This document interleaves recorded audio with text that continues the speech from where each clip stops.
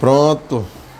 Gente, eu estou hoje com o Divaldo, doutor Divaldo Sampaio, né? Que dessa vez é um cabra lá de Alagoas, mas pernambucano por direito e também por coração, né, doutor Divaldo? É verdade. E ele vai falar um pouco Ele vai falar um pouco para nós, né? Primeiro ele vai se apresentar, ele vai dizer o nome dele, de onde o nascimento e como é que ele chegou aqui em Pernambuco, que é a profissão dele. E também ele vai falar sobre um personagem um tanto desconhecido para nós, que é o padre Luiz da Gran. Como é que ele chegou, né? Ele vai dizer como é que ele chegou a tomar conhecimento dessa personagem histórica, importante para Pernambuco, para Olinda, para Pernambuco, por que não dizer também para o Brasil. E, ao fim, ele vai também fazer um histórico, né, da atividade dele enquanto médico e pesquisador também da história daquele segmento da medicina que ele estuda. Então, pode se apresentar, fique à vontade, né, dizer como é que o senhor veio parar aqui, doutor.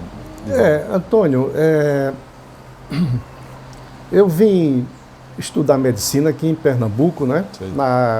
Isso foi na década de 70. Uhum.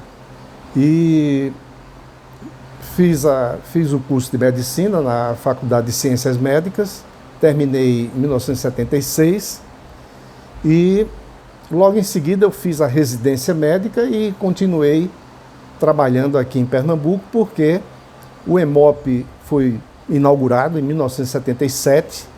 Um ano depois da sua formatura. Um ano depois, quando eu cheguei a fazer a residência médica, justamente voltado para a área do sangue, né, da hematologia e hemoterapia, que eu já estava, durante o curso, já estava pretendendo fazer justamente essa especialidade. E aí eu continuei trabalhando com a hematologia e hemoterapia. Depois eu fui admitido no EMOP como médico, e o EMOP estava se estruturando naquela ocasião, estava com o primeiro ano do surgimento do EMOP. O EMOP nasceu com uma proposta muito avançada, que era justamente baseado no modelo francês, um modelo mais, mais moderno, voltado para a questão humanística, né, do sangue, o doador como uma figura central. Então, só uma curiosidade, antes do EMOP, como era feita a doação de sangue? A doação era paga, né? Primeiro que havia os bancos de sangue, e esses bancos de sangue, eles cobravam o doador de sangue, doava por valores muito insignificantes.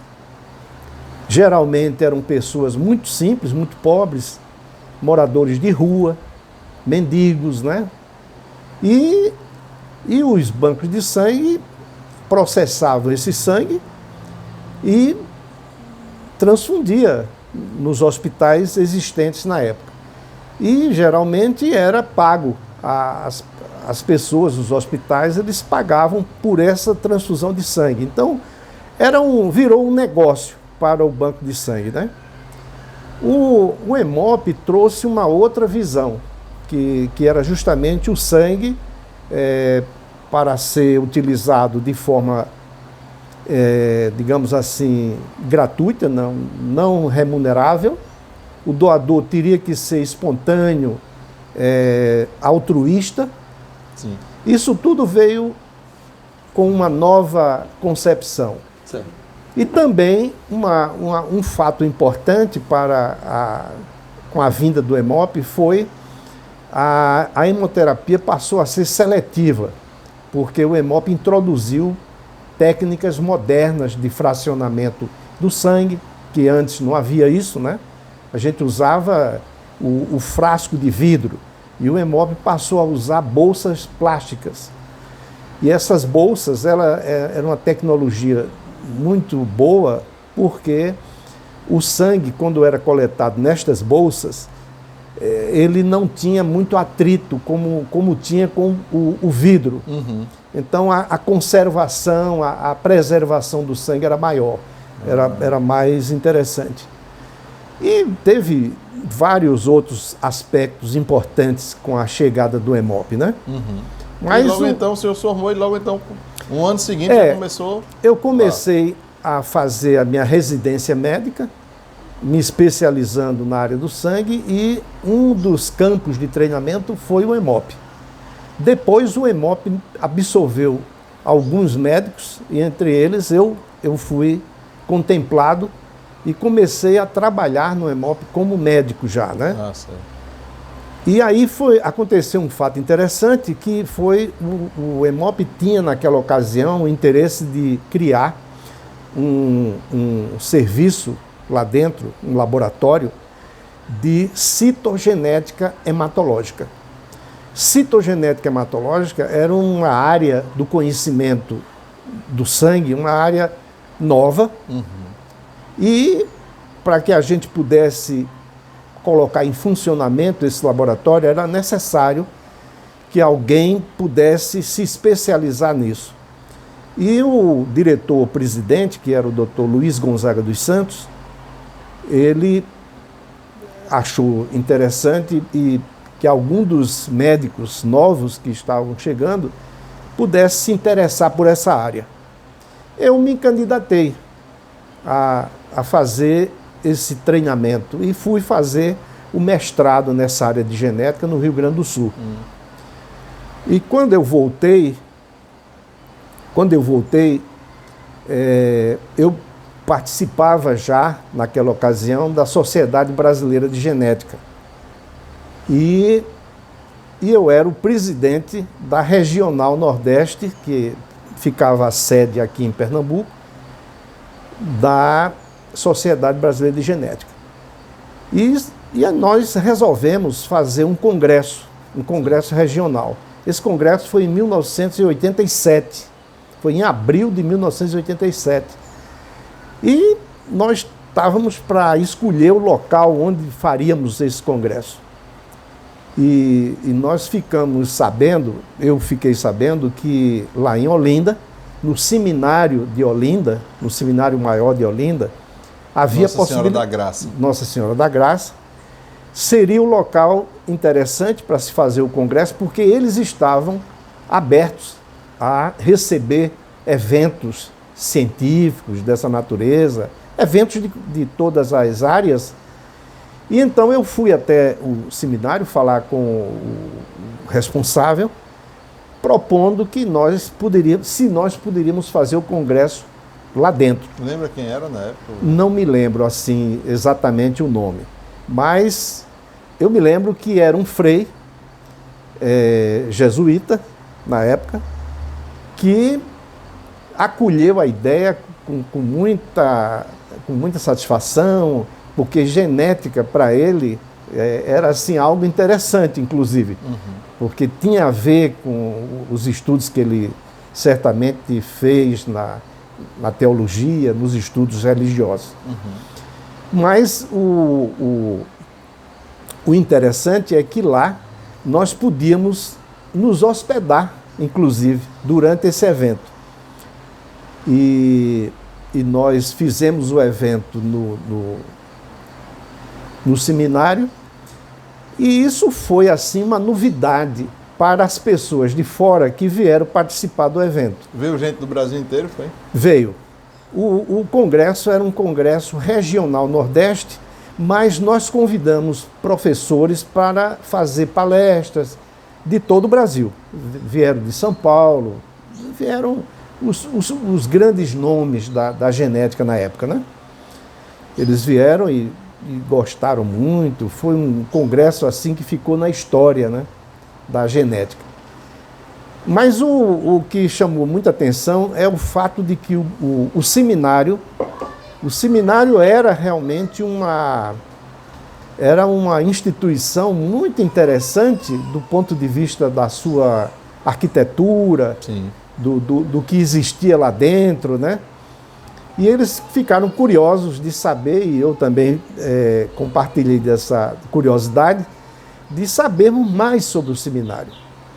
E aí foi quando eu me interessei em ler mais sobre a história do seminário.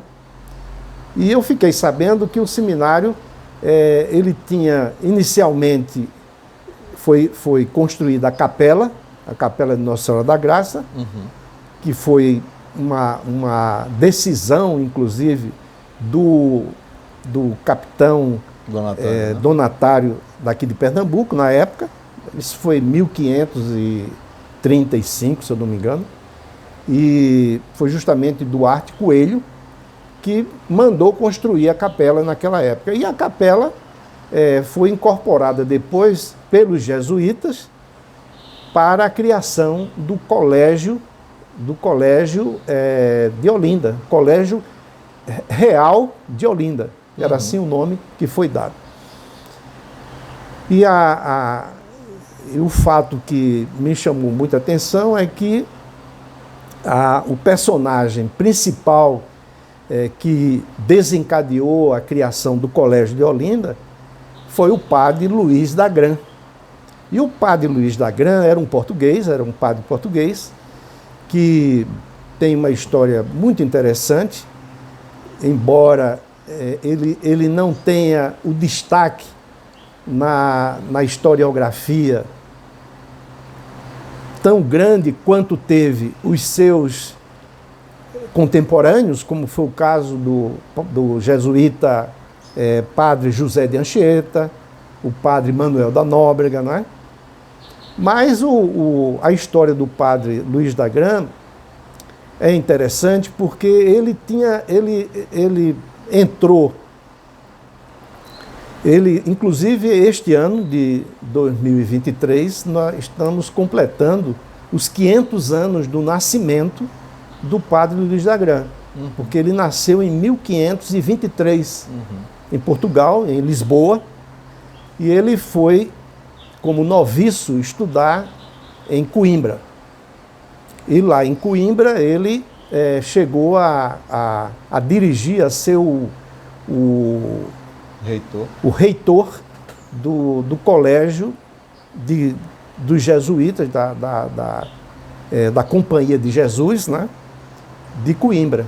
Um fato interessante. Ele teve essa passagem. Ele era um intelectual, era um homem absolutamente culto, ele era teólogo, ele tinha um vasto conhecimento da religião católica e era, sobretudo, uma pessoa humilde, uma pessoa simples, uma pessoa que tinha um relacionamento muito amistoso, muito fácil. E ele era um latinista, ele era uma pessoa, um intelectual de destaque. Inclusive, ele era descendente de pessoas da área jurídica. O avô dele era desembargador, inclusive, lá em Portugal. Mas o interessante é que ele, num determinado momento, ele foi enviado para o Brasil pelo seu currículo, uma pessoa altamente qualificada. Ele foi encaminhado para o Brasil, não é? No caso, pelo maior, o superior da ordem lá em Portugal, que era Santo Inácio de Loyola, né? Era o Frei Inácio de Loyola, que depois tornou-se o Santo Inácio de Loyola. E o Santo Inácio de Loyola encaminhou. E o Luiz d'Agran, ele veio para o Brasil justamente na terceira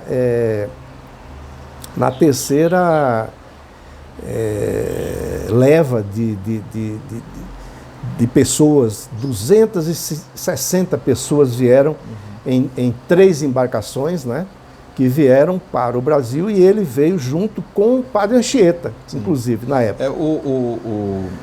Assim, só uma questão aqui na ordem dos jesuítas, eles não têm essa terminologia de, assim, tem irmão, tem um irmão, eles não têm essa terminologia de frei. Exato, é padre, né? Padre, ou, Padre, aí tem o que é é o irmão padre. Irmão, padre, tem um apostólico, que agora eu não lembro, mas ele não tem essa terminologia. Exato. Aí o superior é padre. Eu, inclusive, anotei alguns dados interessantes aqui para a gente poder. Sim, então ele foi enviado para o Brasil. Ele foi enviado para o Brasil, ele veio justamente em 1953. 1953. 1500. Aliás, 1553, no dia 8 de maio. 8 de maio de 1553. Ele é enviado ao Brasil e ele veio chefiando a terceira expedição missionária, junto com o padre Anchieta. E ele veio justamente... Então ele veio no mesmo barco do padre Anchieta. Chegaram os dois grandes. Chegaram os dois juntos, né? Dois grandes personagens, né? Dois grandes personagens. Já estava no Brasil há alguns anos, né? O padre Manuel da Nóbrega, certo, que era digamos assim, ele era o superior do Brasil. O superior no Brasil, que, na verdade, ele era chamado de provincial. Provincial, é verdade. Ele era o provincial.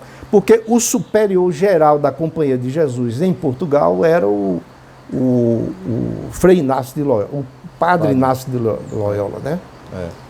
Então, essa é muito interessante, porque com a vinda dele, numa esquadra de Duarte da Costa, que foi o segundo governador do Brasil, né? Do governador geral, né? Dom Duarte da Costa, que era o governador geral, ele tinha digamos assim, ele tinha um carinho muito grande pelo padre Luís d'Agrand. Porque o padre Luís d'Agrand, ele tinha um conhecimento muito profundo da teologia, da religião. Então, e ele era assim ele era um líder, ele era uma pessoa muito sábia e ele tinha um poder de comunicação muito grande e ele cativou muito todos aqueles personagens que vieram na esquadra, mas principalmente Dom Duarte da Costa.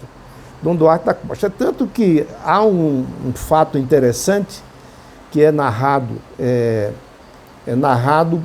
isso foi publicado inclusive num artigo sobre o padre d'Agrand, foi narrado por um historiador que também é padre, que é o Fernando, como é que é o nome dele? Fernando Pedreira de Castro.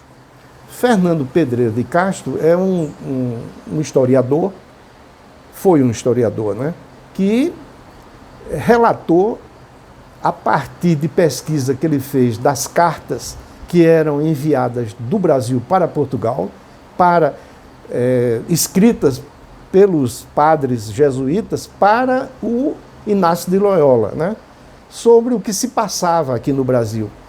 E essas cartas foram motivo de pesquisa do Fernando Pedreira de Castro, que relatou muitas informações sobre o padre Luís d'Agrand.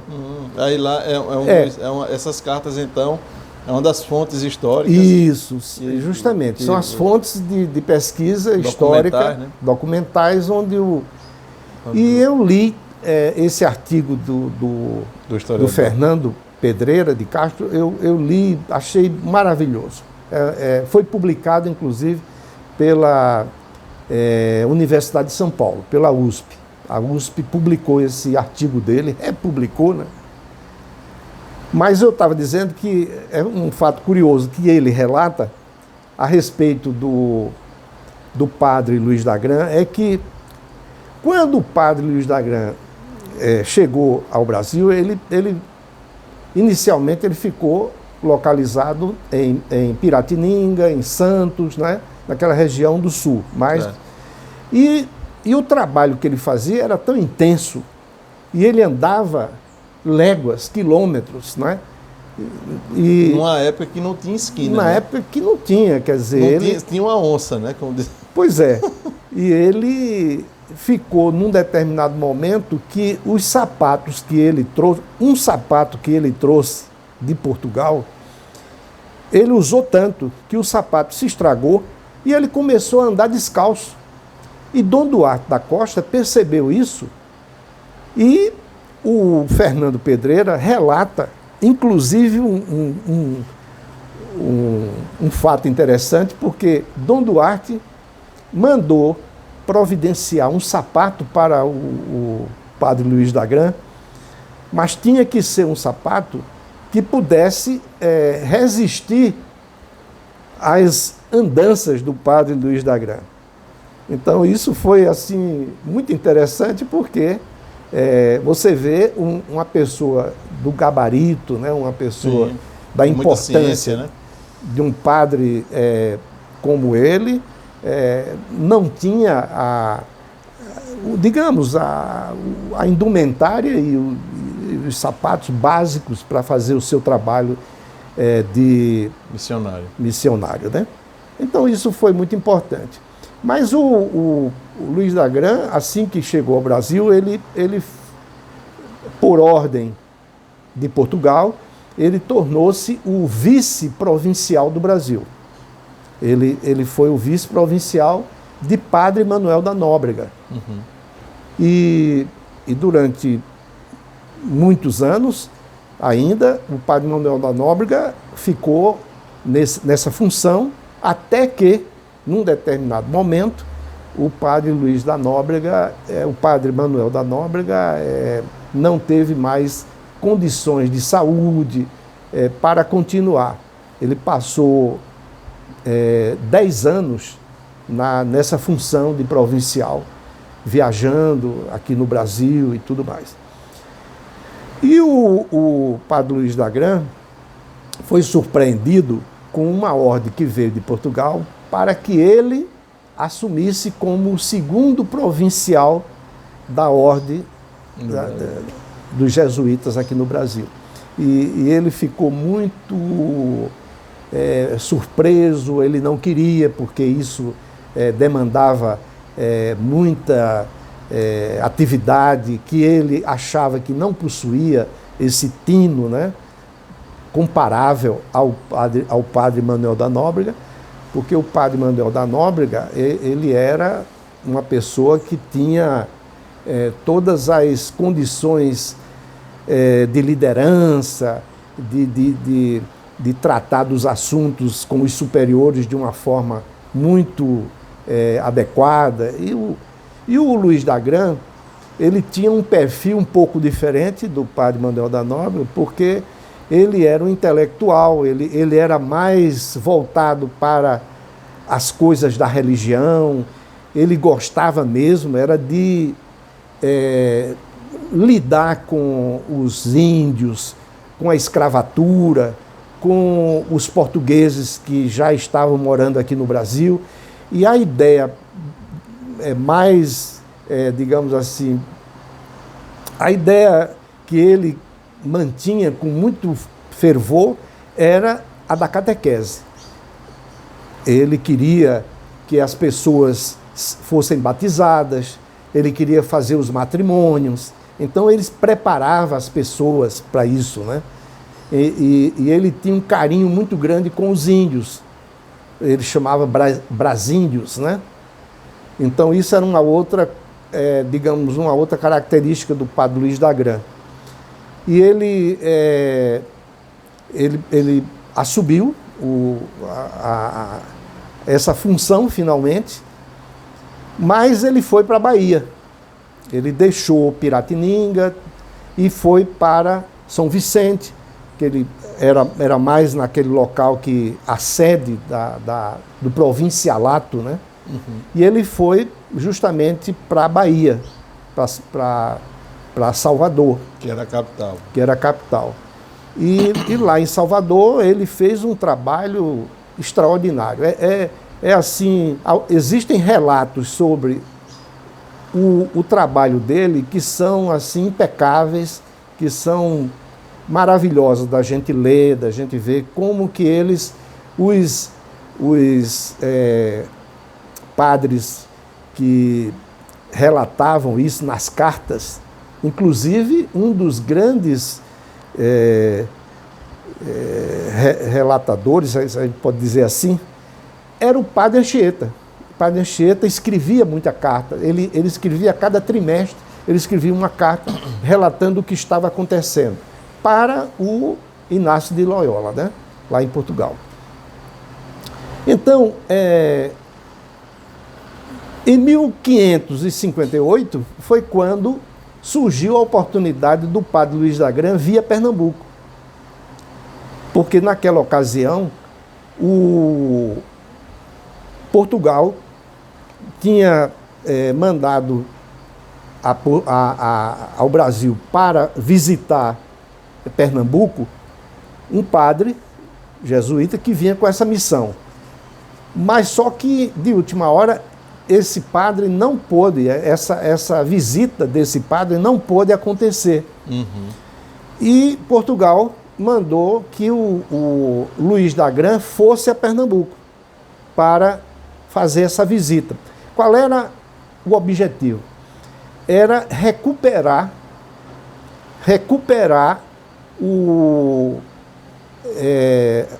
as funções dos jesuítas em Pernambuco. Era porque estava um pouco, não estava andando como eles queriam. Uhum. Era restaurar, porque já tinha sido muito bom e tal, mas estava caindo. E o Luís da Grã veio para Pernambuco e o local que ele tinha o apoio, a casa do jesuíta, era em Olinda. E ele veio trazendo alguns padres jesuítas, e entre esses padres, o padre Diogo, Diogo, eu até anotei aqui o nome dele, e era o padre Diogo de Freitas e o padre Amaro Gonçalves. Uhum.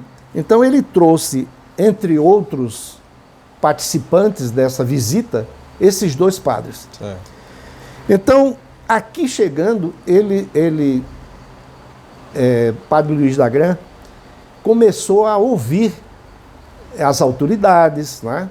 Provavelmente o capitão donatário, a nobreza que vivia aqui em Pernambuco, as pessoas da comunidade, e as pessoas estavam querendo que os jesuítas fizessem aqui em Pernambuco o que havia feito em outros lugares, que trouxesse escola para cá, que trouxesse um colégio, que trouxesse leitura, que trouxesse o ensino do latim, né?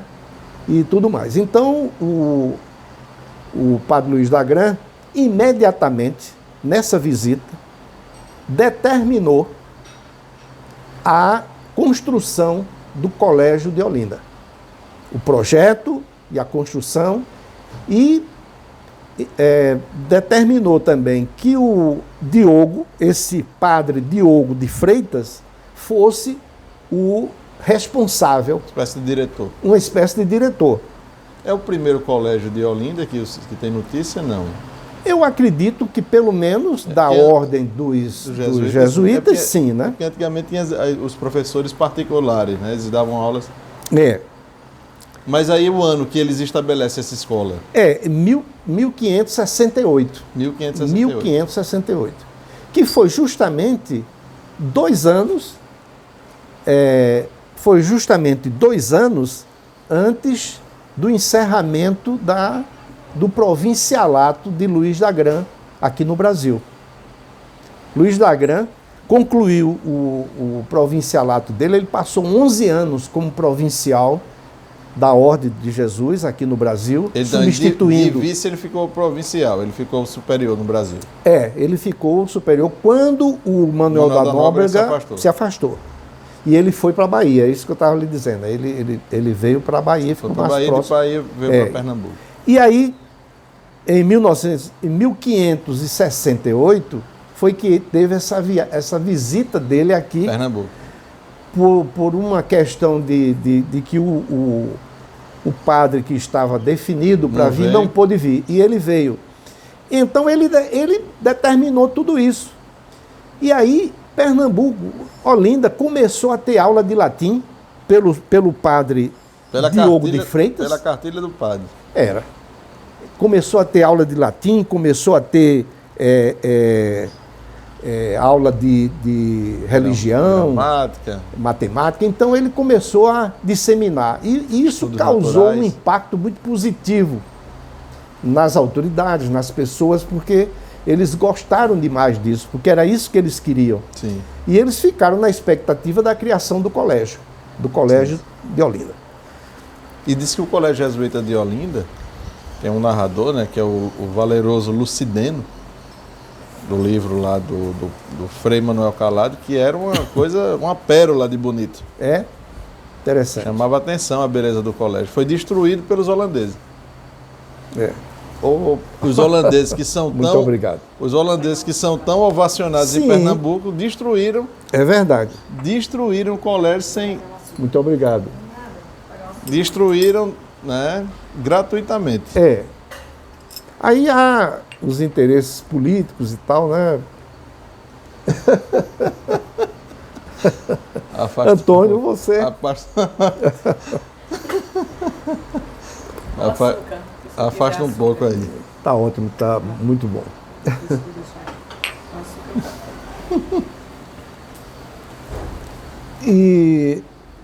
Mas o interessante é que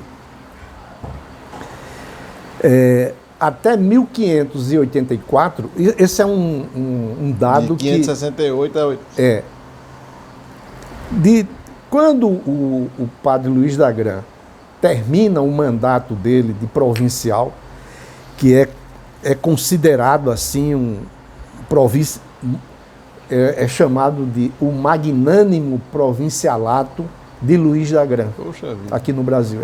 Ele ficou cunhada essa expressão de tão importante foi para os jesuítas a presença dele aqui no Brasil. Uma dúvida, o senhor disse que ele veio, né, na mesma ocasião do Padre Anchieta. Ele Sim. também auxiliou o Padre Anchieta na instalação do colégio de São Paulo? Sim, ele teve... Porque São Paulo nasceu em torno do colégio, né? Inclusive, essa sua pergunta é muito importante, interessante, porque o Luiz d'Agrã, ele participou da criação da cidade de São Paulo. Né? Ele foi um dos que esteve presente numa das grandes solenidades, coisas deles que teve lá, ele estava presente, né? E então o padre José de Anchieta, ele teve uma dedicação maior justamente a São Paulo, né? As cidades as cidades de Santos, né? Piratininga, né? São Vicente. Então ali ficou concentrado a função do padre. E o padre Luiz d'Agrã como provincial. E o Luiz d'Agrã, o provincial. Teve que vir para a capital. Exatamente. Ele terminou em 1570 e ele transfere-se para Olinda, porque... Ele passa, então, a morar em Olinda. É curioso que o próprio Fernando, que é um historiador do Padre Grã, Luiz d'Agrã, Fernando Pereira de Castro, né? Ele disse que não encontrou entre 1570 e 1584, esses 14 anos, ele não encontrou nenhuma referência sobre o padre Luiz d'Agrã. Não há referência. Ele deixou o provincialato, mas ele continuou apenas como padre, confessor, padre... Professor, pregador, quer dizer, uma pessoa realmente voltada para o trabalho eclesiástico, né? Mas em 1584 é que retoma-se as informações sobre o padre Luiz d'Agrã. E justamente quando ele já está em Olinda como o reitor do Colégio Real de Olinda. Certo. Em 1584. Eu anotei aqui, inclusive, porque esse dado é muito interessante. E na época, o prédio, né, o edifício onde foi instalado o colégio, que depois, atualmente é o seminário, ele era considerado um edifício dos jesuítas, um dos mais bem apresentados, mais ricos bonito, do Brasil. Né? Ele foi considerado. Olinda era a pérola do sul, né? Se dizia. A riqueza de Olinda e a beleza arquitetônica de Olinda tinha fama na Europa. Exatamente. Então, o padre Luiz d'Agrand, ele continuou morando em Olinda, né? Depois ele como reitor do colégio. E ele, depois que deixou a reitoria do colégio, ele permaneceu em Olinda e veio a falecer em 1609. Ele viveu muito, né? Viveu. Para aquela época, viveu muito. Para aquela época, ele morreu com 86 anos. Né?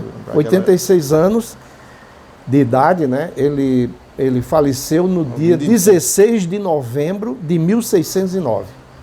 Em odor de santidade.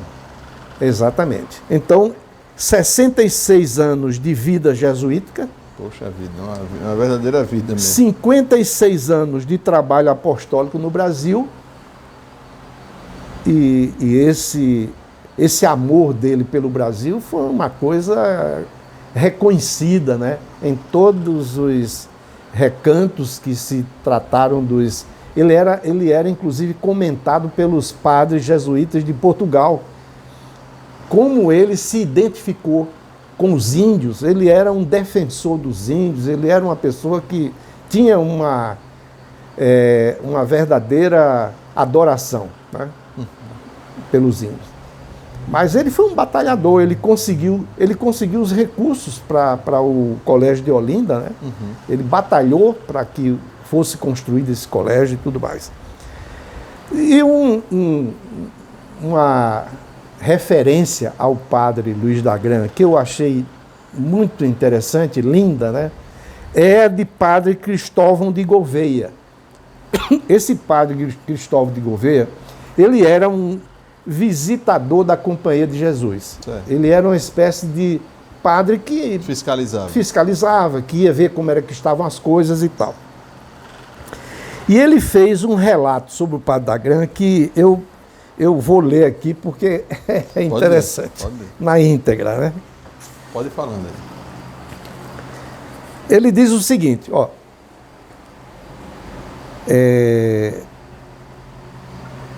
O reitor do Colégio de Olinda tem grande espírito com que atura muito trabalho. Nunca bebeu vinho, que nestas partes é coisa rara. Dorme pouco de noite. Vestido sobre a cama, prega frequentemente e bem. Toda a gente lhe tem grande respeito e amor, e recorre a ele, de ordinário, em todos os seus negócios espirituais e corporais, e para tudo o acham pronto, dando remédio a todas as suas necessidades. Com os de casa se há muito bem. É homem llano, afável, prudente, inteiro e exemplar. Nalgumas regras e constituições não anda tão versado e corrente. Contudo, o principal e substancial delas faz guardar inteiramente e com sua autoridade os contém quietos e contentes. Então, ele mandou esse padre Cristóvão Gouveia, encaminhou essa carta para o Inácio de Loyola. O provincial de Portugal. Provincial. Quer dizer, então o padre Luiz d'Agrand realmente, eu acho que deixou um legado importante e que, assim, é muito interessante que nós reconheçamos, claro, né? Eu não conhecia o padre Luiz d'Agrand. Vim conhecer a história dele na nossa reunião na academia recifense, né? Pois é. E eu não sabia, eu achei muito interessante, sobretudo a importância dele como um feitor de colégio, né, que certamente desenvolveu muito, também aliado a isso, um homem de virtudes heróicas, né? Virtudes heróicas. Ele realmente enfrentou muitas situações, né? Há muitos relatos. O Fernando Pedreira de Castro, ele é muito interessante você ler o trabalho que ele fez, essa biografia do padre, porque ele relata muitas passagens das cartas, ipsiliter, né? Uhum. Então, nesse linguajar que eu li agora, fica muito interessante. Fica muito agradável. Muito agradável de você ver. Mas, Antônio, é interessante que uma coisa vai puxando a outra. E esse congresso que fizemos no seminário de Olinda, esse congresso, ensejou... O congresso científico da genética trouxe Luiz da Gram para o teu conhecimento. Exatamente. E a partir disso você se interessou em estudar a história dele. Exato. Né? As coisas foram... O senhor sempre gostou de história, professor? Na verdade, eu sempre gostei de história e como a minha área de hematologia é uma área científica, né? Sim. Eu participei muito. Eu me aposentei do Hemop em 2017. Certo. E trabalhei 40 anos como hematologista, como médico, e exerci muitas funções na Fundação Hemop. Fui presidente da Fundação por várias vezes, né? Uhum. Ao todo foram mais de 14 anos de presidência do Hemop. Exerci muitas funções administrativas, outras, chefe de pesquisa, de ensino, da residência médica e tal.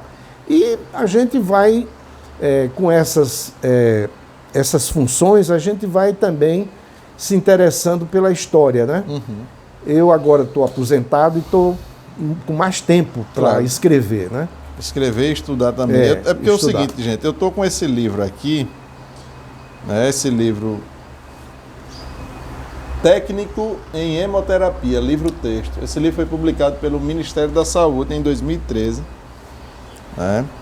E aqui tem uma contribuição, logo o primeiro texto, do Dr. Divaldo de Almeida Sampaio, professor adjunto, do professor Divaldo. E aqui o senhor trata então da questão... também da questão histórica. Se o senhor puder falar um pouco Exato. Desse texto. O Ministério da Saúde elaborou esse livro a partir de convite que formulou para os hematologistas, hemoterapeutas do Brasil que tinham perfil para escrever capítulos desse livro. Certo. E eles pediram que eu escrevesse um capítulo falando sobre a história da hemoterapia no Brasil e que esse capítulo seria o capítulo inicial do livro. Uhum. É o primeiro capítulo do livro. Isso foi muito interessante que eu tenha tido essa oportunidade, porque me despertou o interesse mais ainda, que eu já tinha o interesse de escrever, por exemplo, a história da Fundação Hemop aqui em Pernambuco, que eu estou escrevendo, inclusive.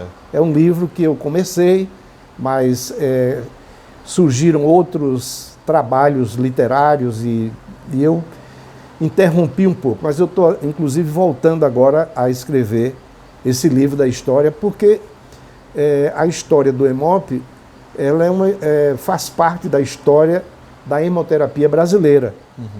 Como eu disse no início da nossa palestra aqui, da nossa conversa, o Hemop trouxe para o Brasil uma visão um pouco diferente do que se fazia no Brasil em termos de coleta e transfusão de sangue, modernizando conceitualmente essa área. E esse legado que o Hemop aqui em Pernambuco trouxe para o Brasil veio com um grupo de profissionais liderados pelo Dr. Luiz Gonzaga dos Santos, que foi o fundador do Hemop, Dr. Tácito Barbalho, Gilson Saraiva, Mário Florencio e muitos outros que fizeram essa parte inicial da construção do Hemop. E a história da hemoterapia do Brasil, ela passa pela Fundação Hemop, justamente por conta digamos assim, dessa modernização que ocorreu, da introdução no Brasil dessa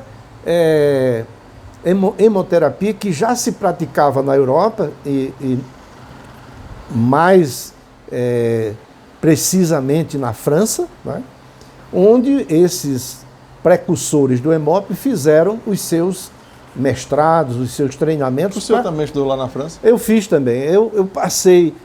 Eu fiz uma pós-graduação na França, isso já como médico do Hemop. Eu tive essa oportunidade também como bolsista do governo francês, inclusive. O governo francês concedeu uma bolsa para que eu pudesse fazer esse treinamento lá. E eu fui para a cidade de Lille, que é ao norte da França, e fiquei lá durante um ano, de 1989. E nesse período eu realmente comecei a desenvolver outras habilidades que eu pude, justamente na minha volta a Pernambuco, aplicar como médico do Hemop e professor da Universidade de Pernambuco, da UPE, aplicar, né, esses novos conhecimentos. Então, foi assim muito interessante. O senhor já se aposentou, me desculpe, como professor? Sim, também? Também, me aposentei em 2021. 2021. Em plena pandemia e tal, eu já tinha tempo.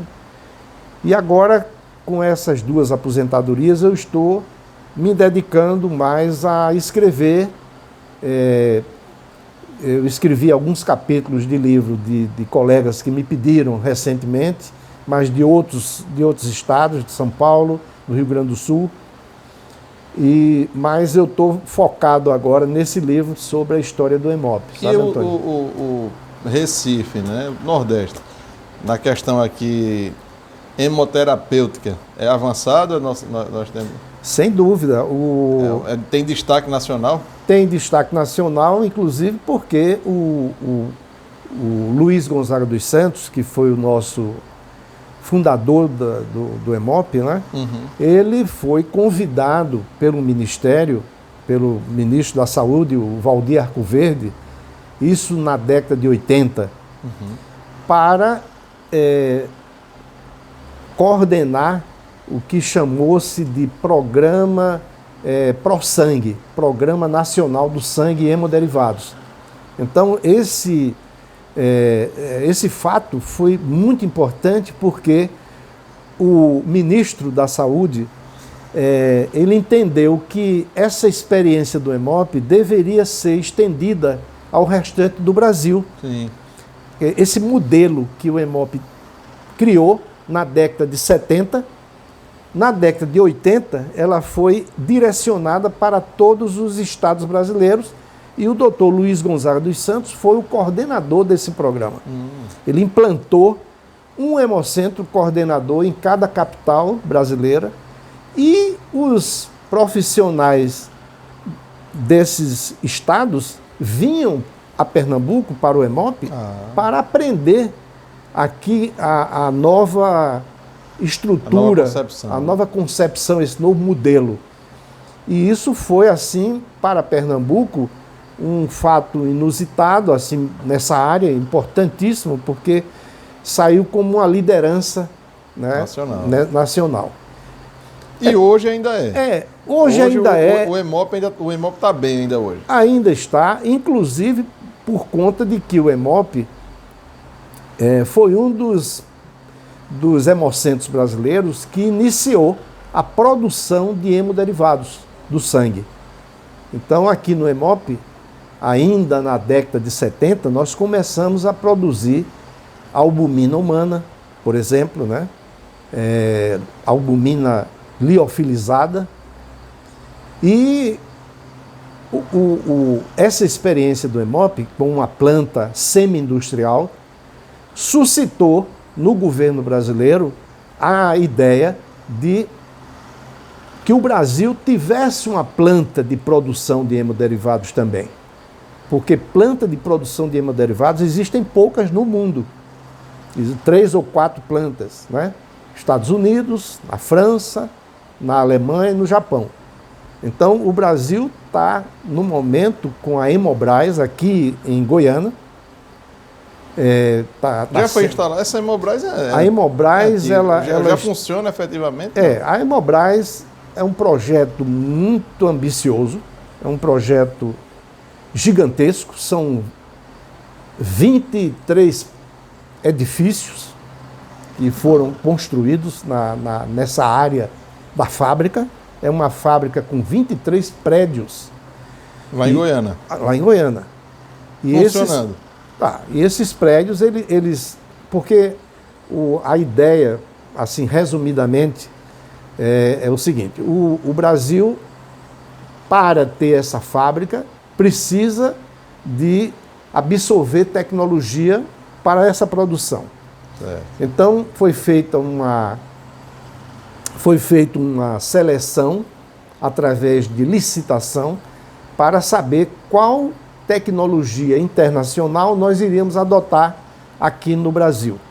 Então, vários países competiram e, finalmente, uma tecnologia de um determinado país venceu e o Brasil está tendo uma relação de técnico-científica com essa empresa para absorver durante 25 anos essa tecnologia e implantar para que nós possamos começar a produzir e criar também a capacitação própria. Uhum. Né? Então seríamos o quinto.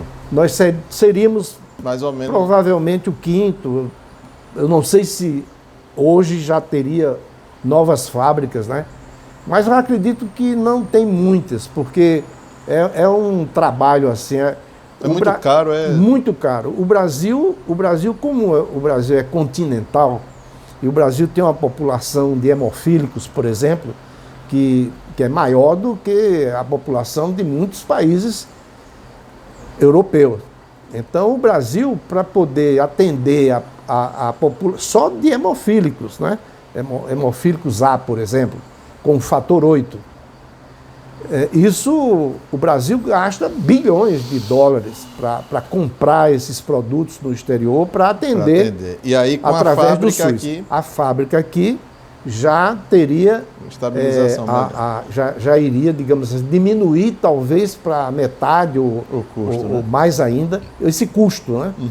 E esse custo é um custo que está sendo empregado na construção da fábrica como um investimento. Quer dizer, você está investindo para mais adiante não precisar comprar. Agora se faz tempo essa Hemobras já, né? Isso aí faz na verdade, foi no primeiro ano do projeto, governo Lula, não foi? O projeto foi... Primeiro ele foi concebido, foi aprovado, o Ministério da Saúde aprovou, depois ele teve que ser, digamos assim, validado pelo Congresso Nacional. Uhum.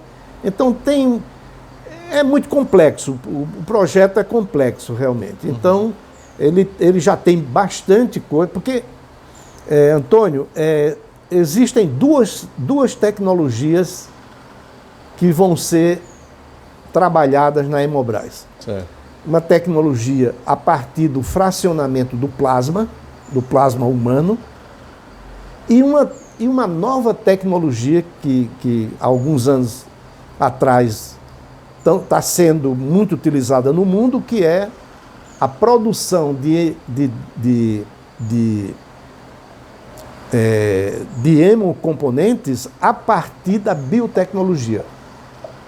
Quer dizer, a produção de produtos hemoterápicos a partir da biotecnologia. Uhum.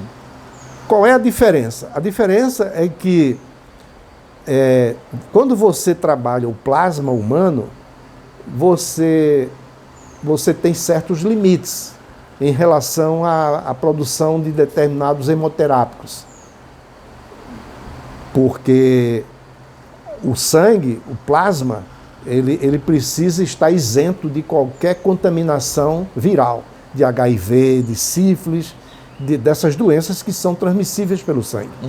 Enquanto que a produção por biotecnologia, o fantástico é que ela isenta essa possibilidade, né?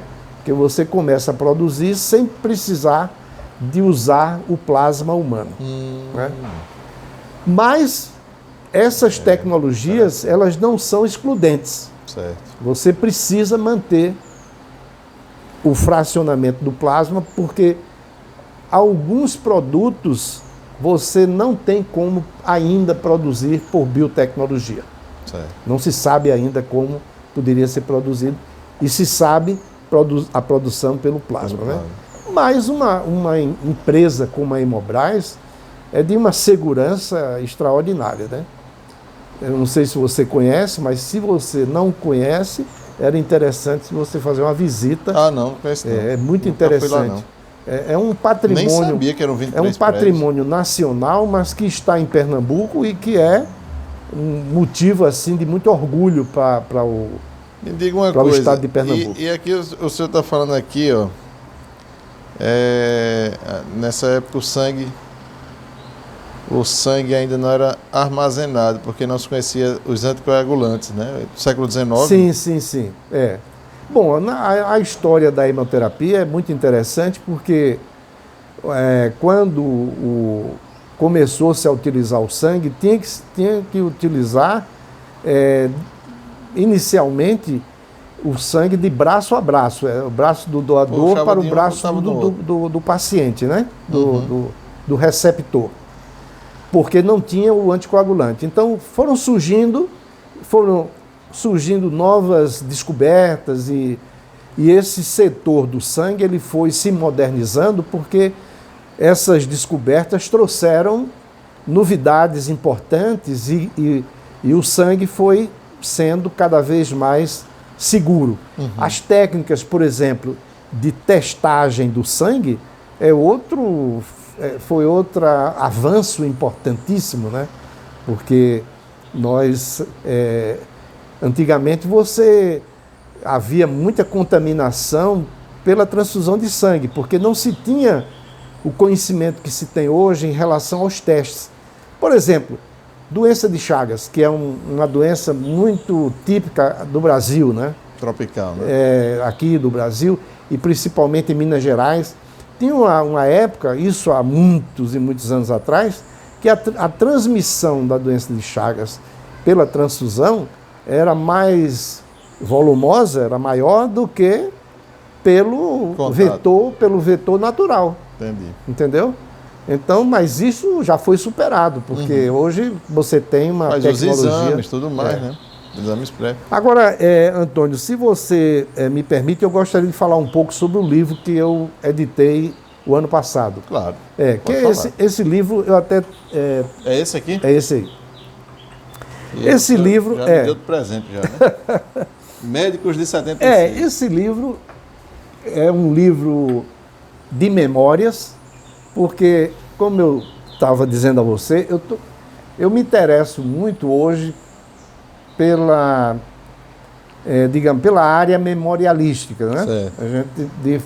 A gente poder registrar o que aconteceu e o que está acontecendo, para que a gente possa deixar exemplo, deixar legado, né, para as outras gerações.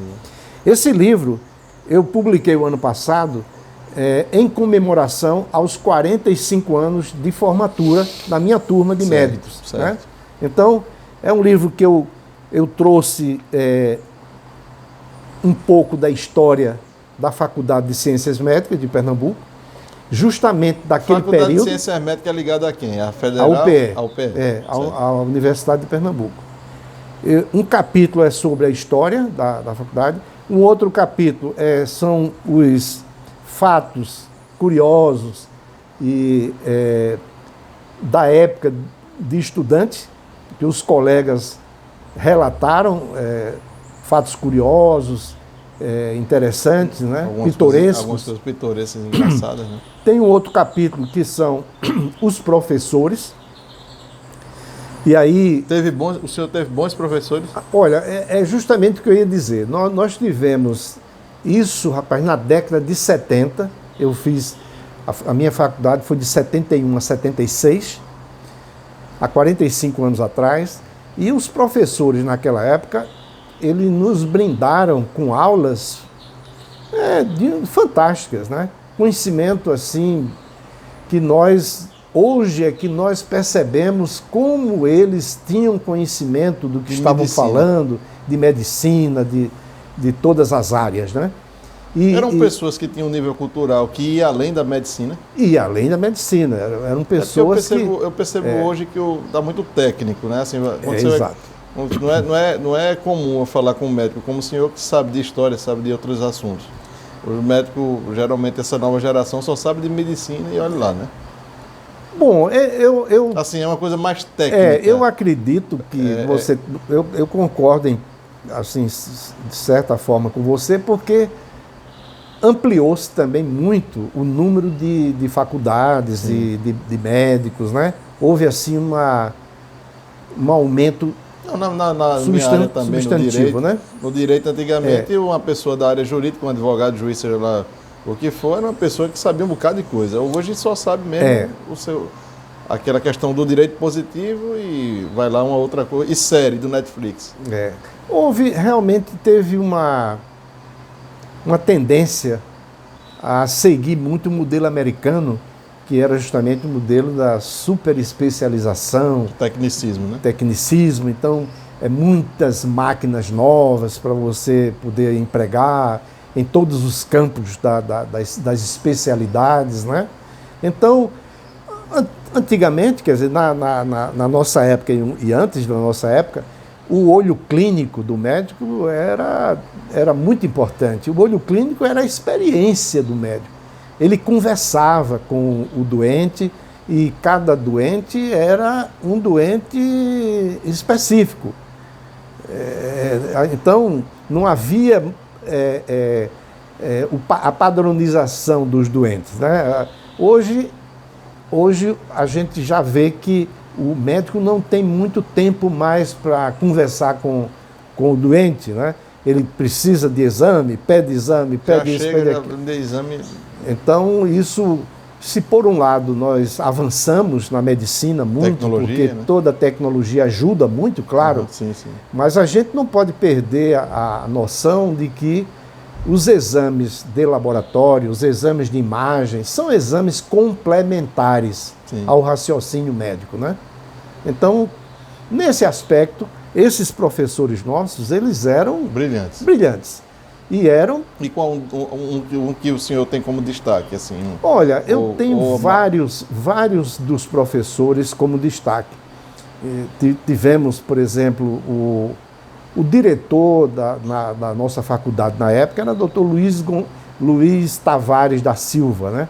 Dr. Luiz Tavares era uma figura assim conhecida no mundo inteiro.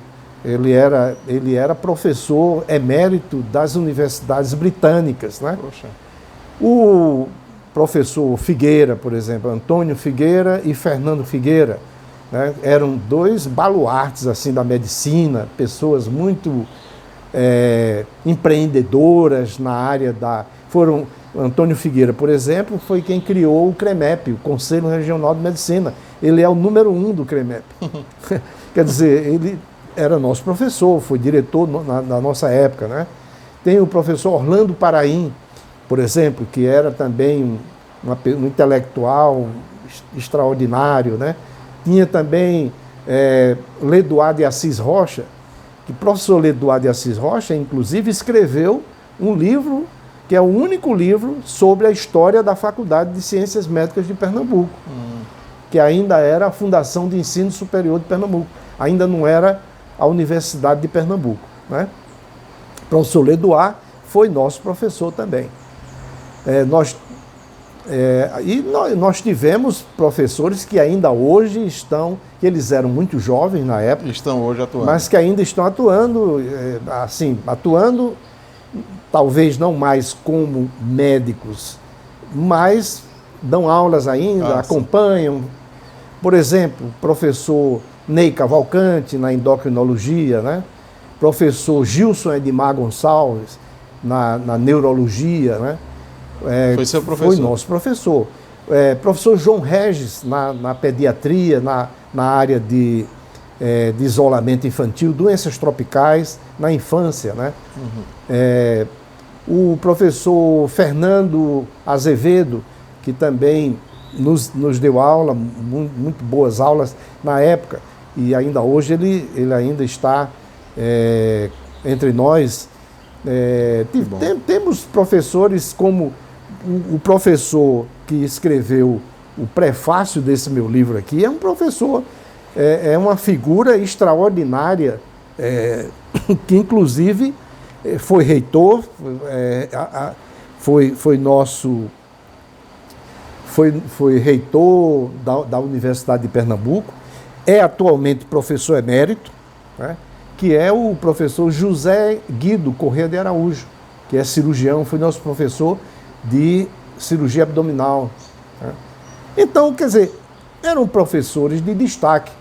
Eu relatei nesse livro aqui a síntese biográfica de 60 professores. Mas nós tivemos mais do que 60. Eu não consegui colocar todos, certo, infelizmente, porque não consegui, não encontrei. 60 deu um trabalho fantástico. Tremendo, né? Porque muitos a gente não tinha nenhuma informação. Não tem mais contato. Mas eu fiz bastante esforço de pesquisar, de ir atrás. E alguns tinham. E o humor desses professores? Eles eram bem-humorados? Alguns eram bem-humorados, né? Outros não tanto, né? Nós tínhamos professores assim muito sisudos, né? Que eram professores catedráticos. Naquela época tinha a cátedra. Então eles eram... Esses mais jovens, que eu me referi agora, que estão ainda entre nós, que eram próximos da nossa idade, digamos assim, né? Eles eram professores que estavam iniciando a carreira docente, né? Uhum. Então, é interessante. Mas, assim, tivemos... A gente depois é interessante falar da história da medicina em Pernambuco. A história da medicina... Em Pernambuco. Pernambuco tem bastante informações da sua história da medicina. Inclusive, nós temos a Sociedade Pernambucana de História da Medicina. Né? Sabia, não. E é verdade que aqui em Pernambuco é o tem o Museu da Medicina. Sim. Eu já ouvi dizer que aqui é o segundo polo médico do Brasil. Isso é verdade ou isso é uma coisa que é dita? Existe uma informação que eu não sei até que ponto ela procede, mas em número de leitos, porque essa informação de que é o segundo polo médico do Brasil foi baseada em número de leitos por paciente. Certo. Então, considerando este detalhe, esse fato, o primeiro seria o Rio de Janeiro e o segundo seria Pernambuco. Certo. Né? Proporcional ao número da população e o número de leitos, população e tal, né? Mas, assim, eu não tenho muita certeza disso, não tenho os dados a respeito. Mas é muito interessante. E aqui eu destaco, né, que eu sou de Catende, e em Catende tinha um médico famoso que inclusive dá o nome lá da policlínica, que é o Dr. João Mairinque. Sim. Tem até um parente dele que eu conheci casualmente, que mora lá nas Graças, que é um engenheiro, na época 2020, quando eu conheci, ele estava com 80 e poucos anos. É uma pessoa interessante. E o outro que eu conheci, que minha mãe gostava muito dele, inclusive ela queria que eu fosse médico também, ficou arretada porque eu fiz direito, era o Dr. Jairo. Jairo? Ele era de Triunfo, eu não lembro o sobrenome Jairo dele. Poggi, não. Não, eu não lembro o sobrenome do Dr. Jairo. Mas o Dr. Jairo foi um médico que tinha essa característica, né? de falar com o paciente, de sentar e etc. E tal. Você sabe de ser mais um artesão da medicina, né? Aquela coisa assim que encantava as pessoas simples. Etc. Exatamente. Um dos professores nossos, que eu estou me lembrando aqui, foi o Valdemir Miranda, professor Valdemir Miranda. que foi justamente o dono da Casa de Saúde São Marcos, né, que depois virou Hospital São Marcos, né? Ele foi vice-diretor na nossa época e ele é uma figura assim extraordinária, né? Inclusive, ele foi o primeiro diretor da Faculdade de Ciências Médicas de Pernambuco. Foi Valdemir Miranda, né? E ele faleceu com 100 e poucos anos. E é uma figura assim, um figuraço, né? Uma pessoa extraordinária. Devia ter muita história. Eu relato aqui, eu coloquei... Doutor, aqui é isso que eu estava justamente querendo ressaltar. E onde se acha esse livro, professor? Olha, esse livro, ele tem na livraria Leitura do Shopping Recife, eles têm alguns exemplares que foi colocado pela editora lá, né? Eu tenho alguns exemplares ainda, mas ele foi distribuído com todos os colegas, na época do lançamento. Essa capa aí? Essa capa é uma pintura de Rembrandt, que é justamente aula de anatomia do Dr. Tupi, né? Que a nossa turma de faculdade, né, quando nós nos formamos, nós adotamos essa figura, essa pintura no convite, sim. Convite de formatura. Olha, ela estava... O pessoal não brincou não no convite. Ela estava assim, no pano de fundo do convite. Entendi. Então, aos 45 anos, eu resolvi colocar a capa. Totalmente, todo sentido. Tinha, justamente, ficou bonito a capa. Ficou. Então é isso, professor e doutor Divaldo. Só um detalhe, o senhor nasceu em? Eu nasci em Rio Largo, Alagoas. Região da Zona da Mata, não? Não, Rio Largo é quase região metropolitana de Maceió. É onde fica o aeroporto. Sim. O aeroporto dos Palmares, né? Eu nasci em que ano? Eu nasci em 1948. 48. Estou com 74, né? É muito tempo. E agora pernambucano, né? O deputado Antônio Moraes, o seu xará, em 2016, ele tomou conhecimento da minha atividade, né? E achou que eu vivi mais em Pernambuco do que em Alagoas, na verdade, né? Porque eu vim para cá para fazer medicina bem novinho ainda. E por que medicina o senhor escolheu? Sempre quis ser médico? A minha família tinha muitos médicos, né? Certo. Papai era dentista, mas o irmão dele era médico, o pai de papai era dentista, papai tinha um outro irmão que era dentista, mamãe tinha um irmão médico. Então ela está na área de saúde. Então, todo mundo na área da saúde. Eu fui influenciado muito pelo irmão de papai, o meu tio Luiz. Que era médico. Luiz Sampaio, que era médico, pediatra. Ele era pediatra. Rapaz, eu me encantava com aquilo. Quando ele chegava para nos examinar e qualquer coisa, eu ficava louco para ver e pedia para o estetoscópio dele, botava o estetoscópio. E ele era o meu padrinho. Sim. Ele era meu padrinho de batismo, né? Então, ele foi uma das pessoas que me estimulou. Quando eu disse que eu queria fazer medicina, ele disse, você tem que fazer. O senhor teve quantos irmãos? E outro detalhe, Antônio, é que o meu tio médico, irmão da minha mãe, ele formou-se no Rio de Janeiro. Meu tio Luiz formou-se na Bahia. Mas o meu tio, irmão de mamãe, José Vaz de Almeida, formou-se no Rio, na Escola Nacional de Medicina, e veio para Pernambuco. Casou-se aqui e tal. E eu, quando eu vim estudar aqui em Recife, estava tudo certo para eu estudar numa república de estudantes universitários de Alagoas. Sim. Quando esse meu tio soube disso, ele disse, mas de jeito nenhum. Vem aqui para cá. Você tem que vir para minha casa. E eu terminei indo, que foi espetacular, porque ele me acolheu maravilhosamente e era médico. E eu saía com ele para visitas, ia para o hospital com ele. Estava estudando com ele, estava vivendo e estudando. Então era conversando com ele o tempo todo. Para mim foi extraordinário. Mas você perguntou se eu tenho irmãos. Eu tenho 2 irmãos, homens, né? Minha mãe está com 101 anos. Eita! Fez esse ano, boa, agora rapaz. em fevereiro. Graças a Deus. 101 anos. E bem de saúde ela tá? Ela relativamente, mas agora, de uns 3 anos para cá, ela teve decaiu um pouco, porque ela teve uns AVCs isquêmicos, e aí perturbou muito a demência dela, né? Ela tem uma demência vascular, ela não tem o Alzheimer, mas assim, ela tem a casinha dela, o apartamento dela e tal, e ela tem as cuidadoras, ela tem a médica geriatra que faz o acompanhamento, porque eu não posso, como filho, por questões éticas, acompanhar minha mãe, mas eu claro que tudo passa por mim, né? Sim, sim. Mas minha mãe ainda é viva.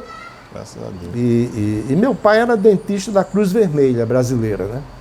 Lá naquela época, e era uma figura extraordinária, né? Morreu jovem ainda, morreu cedo. Papai morreu com 50 e poucos anos. Mas é isso, Antônio. Que bom. Então é isso, parabéns, viu, pelo trabalho. Parabéns por trazer essa informação aí do padre Luiz da Gran, né? Que acredito que seja uma informação que a gente tem que divulgar mais, né? E também saber dúvida. essas coisas que você imagina no universo do sangue. Com certeza. Atualmente, tudo isso é muito interessante. Atualmente, eu estou fazendo parte, fui convidado recentemente, né? Para a Sobrames, que é a Sociedade Brasileira de Médicos Escritores. Sim. Já estou fazendo parte, porque agora, como eu estou mais livre, como aposentado, eu quero escrever mais. Então, para mim, tem sido muito interessante. E aí também a academia, né? A Academia Recifense de Letras, né? Que você e eu fomos convidados e vamos assumir ainda, né? Mas vai ser uma honra muito grande para nós, né? Sim. Então é isso. Então, parabéns. Obrigado, viu? Obrigado a você.